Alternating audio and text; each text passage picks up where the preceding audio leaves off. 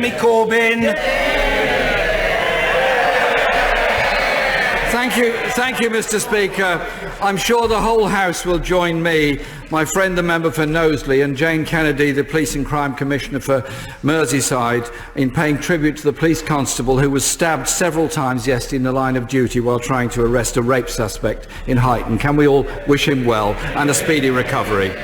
I also wish the former Prime Minister well on his departure from this House and well in his future life, and I hope that the by-election in Witney will concentrate on the issues of education and his views on selection in education. Because I want to congratulate the Prime Minister. She has brought about unity of Ofsted and the teaching unions. She's united former education secretaries on both sides of the House. She's truly brought about a new era of unity in education thinking. I wonder if it's possible for her this morning, within the quiet confines of this House, to name any educational experts that back her proposals on new grammar schools and more selection. Thank you, Mr. Speaker. First of all, may I join the right honourable gentleman in paying tribute to the police constable who was stabbed in Knowsley. One of the events that I used to look forward to going to every year as Home Secretary was the Peace Bravery Awards, because at that event we saw police officers who never know when they start their shift what is going to happen to them. They run towards danger when other people would run away from it, and we owe them a great tribute and our gratitude for that. Now, I'm glad that the right honourable gentleman has raised the issue of education, because it enables me to point out that over the last 6 years we have seen 1.4 million more children in good or outstanding schools. That's because of the changes that this government introduced. It's because of the free schools, the academies, head teachers being put in charge of schools, more choice for parents, changes which I note, all of which the right honourable gentleman opposes. So what I want to see is more good school places, a diversity of provision of education in this country, so that we really see opportunity for all and young people going as far as their talents will take them. Mr. Speaker, I asked the Prime Minister if she could name any experts that could help her in this policy, and sadly she wasn't able to. So can I quote one expert at her? His name is John, and he's a teacher. And he wrote to me and said, the education system and teachers have made great strides forward to improve quality and delivery of the curriculum. And he says, why not fund all schools properly and let us do the job? The evidence, Mr. Speaker, of the effects of selection is this. In Kent, which has a grammar school system, 27% of the pupils on free school meals get 5 good GCSEs, compared with 45% in London. We're all for spreading good practice, but why does the Prime Minister want to expand a system that can only let children down? Can I say to the right honourable gentleman that he needs to stop casting his mind back to the 1950s?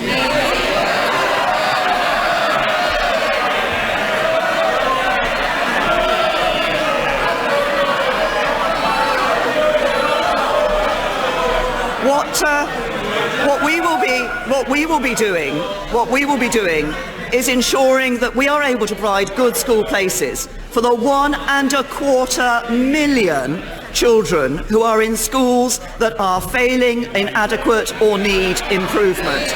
Those children and the parents of those children know they are not getting the education that is right for them and the opportunities that they need. And when we look at the impact of grammar schools, if you look at attainment for disadvantaged and non-disadvantaged children, the attainment gap in grammar schools is virtually zero, which it isn't in other schools.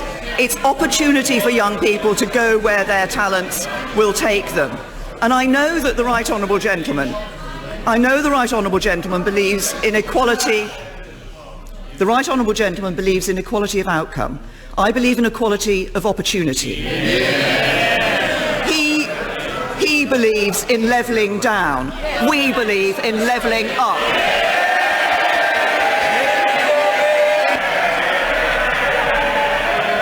Mr. Speaker, Mr. Speaker, equality of opportunity is not segregating children at the age of 11. So let me quote the Institute of Fiscal Studies, which says those in selected areas who don't pass the 11 plus do worse than they would have done in a comprehensive system. The Secretary of State for Education suggested on Monday that new grammar schools may be required to set up feeder primary schools in poorer areas. Will the children in these feeder primaries get automatic places in the grammar school, or will they be subject to selection? What we are doing is setting up a more diverse education system that provides more opportunities.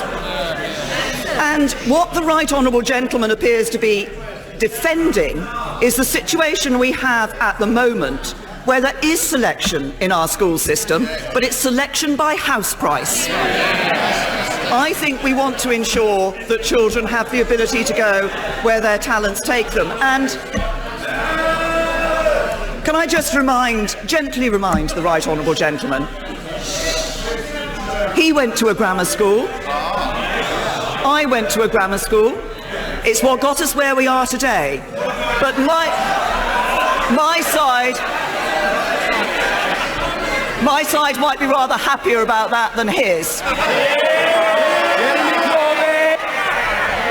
Mr. Speaker, the two things the Prime Minister and I have in common is we can both remember the 1950s and we can both remember going to a grammar school. My point is simply this. Every child should have the best possible education they can have. We don't need and never should divide children at the age of 11, a life-changing division where the majority end up losing out. I noticed she didn't answer my question about feeder primary schools. On Monday, the Secretary of State for Education said we've not engaged much in the reform of grammars, but the government would now start the process. Can the Prime Minister confirm whether existing grammar schools like those in Kent and Buckinghamshire will now be instructed to widen their admission policies by her government?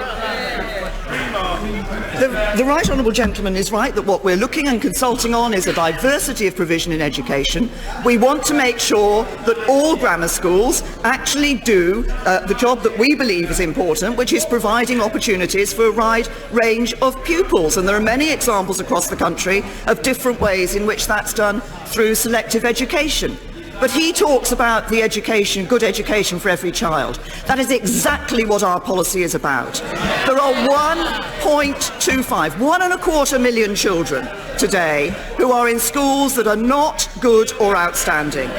There are parents today who fear that their children are not getting the good education to enable them to get on in life. I believe in the education that is right for every child. It is the Labour Party that has stifled opportunity, stifled ambition in this country. It is the Labour Party that is willing, members of the Labour Party, who will take the advantages of a good education for themselves and pull up the ladder behind them for other people.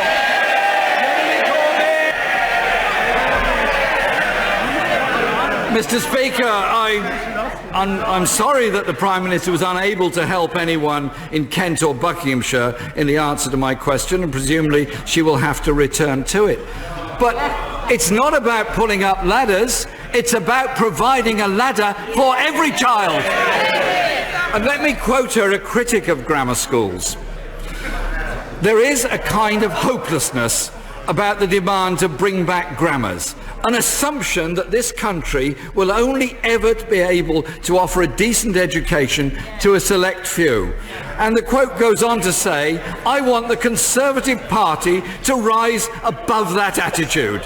Not my words, those of the former Right Honourable Member for Witney. Isn't he correct that what we need is investment in all of our schools, a good school for every child, not this selection at the age of 11. What we need is a good school for every child, and that's precisely what we will be delivering with the policy that we've announced. And with that policy, we will see We will see universities expanding their support for schools. We'll see more faith schools being set up. We'll see independent schools increasing their support for schools in the state sector. A diversity of provision of education is what we need to ensure good school places for every child.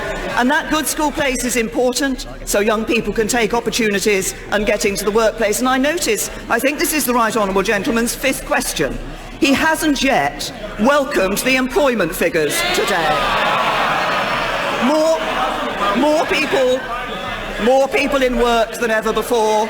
Wages rising above inflation, that's more people with a pay packet, more money in those pay packets. What would Labour offer?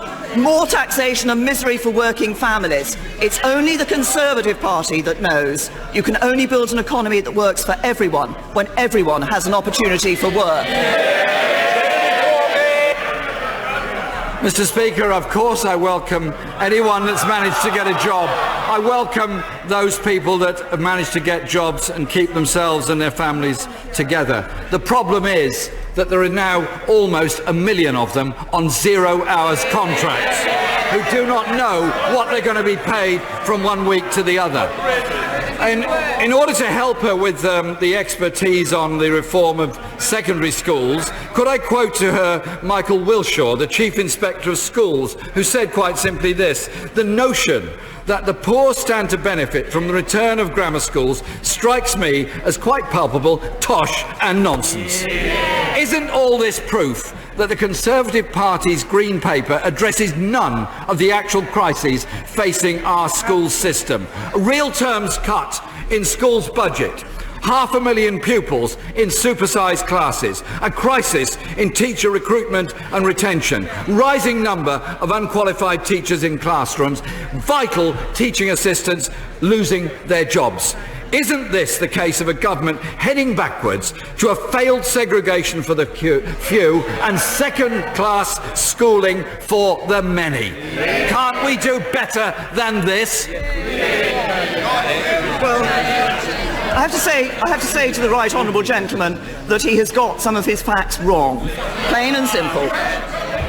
We have more teachers in our schools today than in 2010. We have more teachers joining the profession than leaving it. We have fewer pupils in supersized classes than there have been previously. But I simply say this to the Right Honourable Gentleman. First of all, that he has opposed every measure that we have introduced to improve the quality of education in this country. He has opposed measures that increase parental choice, that increase the freedom for head teachers to run their schools. He's opposed the opportunity for people to set up the free schools. These are all changes that are leading to improvements in our education system, and we will build on those with our new policies. But I recognise, for the Right Honourable Gentleman, this may very well be the last time that he has an opportunity to face me across this dispatch box.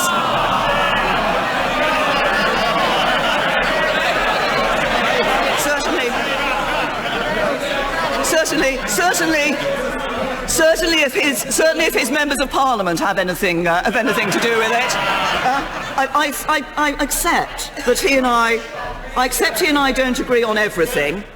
Well, actually, probably we don't agree on anything, but I must say to him that he has made his mark. Let's just think of some of the things that the Right Honourable Gentleman has introduced. He wants coal mines without mining them, submarines without sailing them, and he wants to be Labour leader without leading them. One thing we know, whoever is Labour leader after their leadership election, it will be the country that loses.